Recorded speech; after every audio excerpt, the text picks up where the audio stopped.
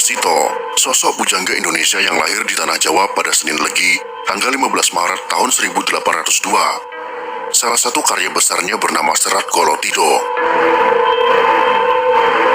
Bakat menulis Ronggo Warsito diperoleh dari Raden Tumenggung Suyono Putro, yang juga terkenal dengan sebutan Pangeran Karangayam, pujangga Keraton Pajang, yang pernah mengarang kitab bernama Nitisruti. Selain itu, kegemaran membaca Ronggo Warsito diperoleh dari Raden Tumenggung Sastro Nagoro, kakeknya yang juga seorang pujangga Keraton Surakarta. Semasa hidupnya dari tahun 1826 hingga 1873, Ronggo Warsito telah berhasil menulis 60 judul buku dengan beragam bahasa. Kebanyakan tulisannya berisi tentang falsafah, kebatinan, lakon-lakon wayang, cerita panji, dongeng, babat, sastra, bahasa, kesusilaan, adat istiadat, pendidikan, primbon, ramalan, dan sebagainya.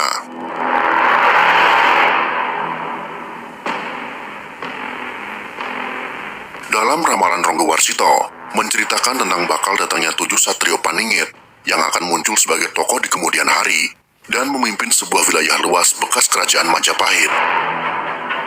Ketujuh satrio yang dimaksud oleh Ronggo Warsito tersebut masing-masing bernama Satrio Kinunjoro Murwo Kuncoro, Satrio Mukti Wibowo Kesandung Kesampar, Satrio Cinumput Sumelo Atur, Satrio Lelono Topong Rame, Satrio Piningit Hamong Tuoh, Satrio Boyong Pambukaning Gapuro, dan yang terakhir adalah Satrio Panandito Sinisihan Wahyu.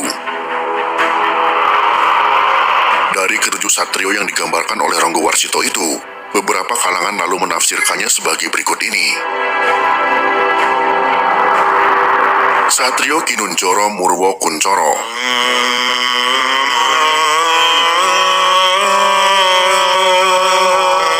Tokoh pertama ini digambarkan oleh Ronggo Warsito adalah sosok pemimpin yang akrab dengan penjara atau Kinunjoro.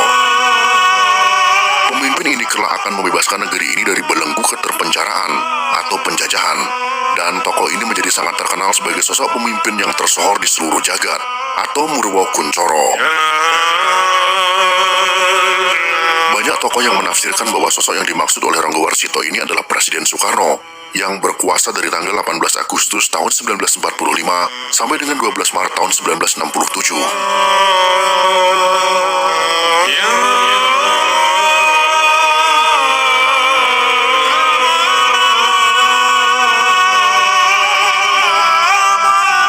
Satrio Mukti Wibowo Kesandung Kesampar.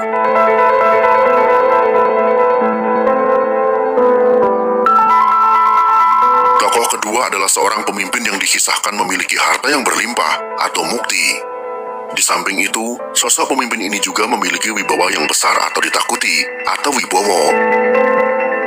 Namun sosok pemimpin ini akan mengalami keadaan yang selalu dipersalahkan, serba dikaitkan dengan segala hal buruk atau kesalahan, atau kesandung kesampar.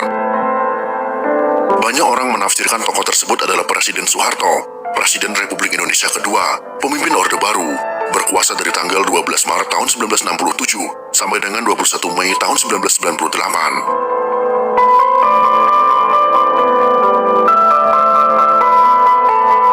Satrio Cinumput Sumelo Atur.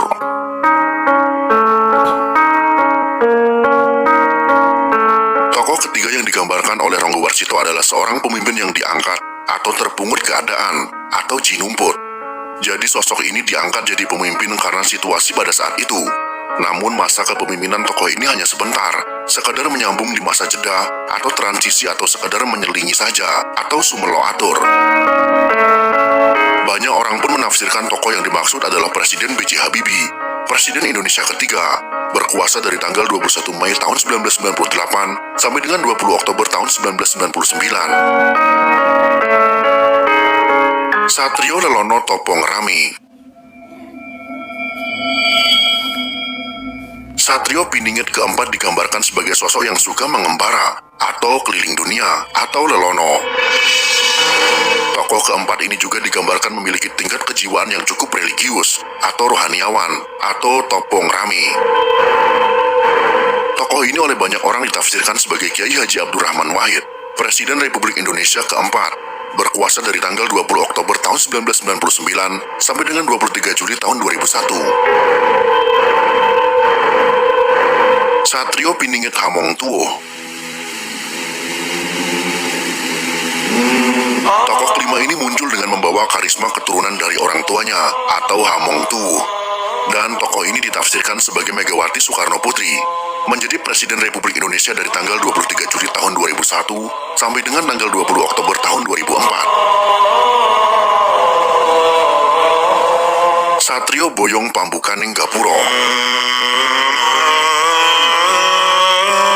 Tokoh keenam ini digambarkan sebagai seseorang yang menempati puncak kepemimpinan melalui tahap berjenjang atau boyong, berpindah tempat sebelumnya pernah menjabat.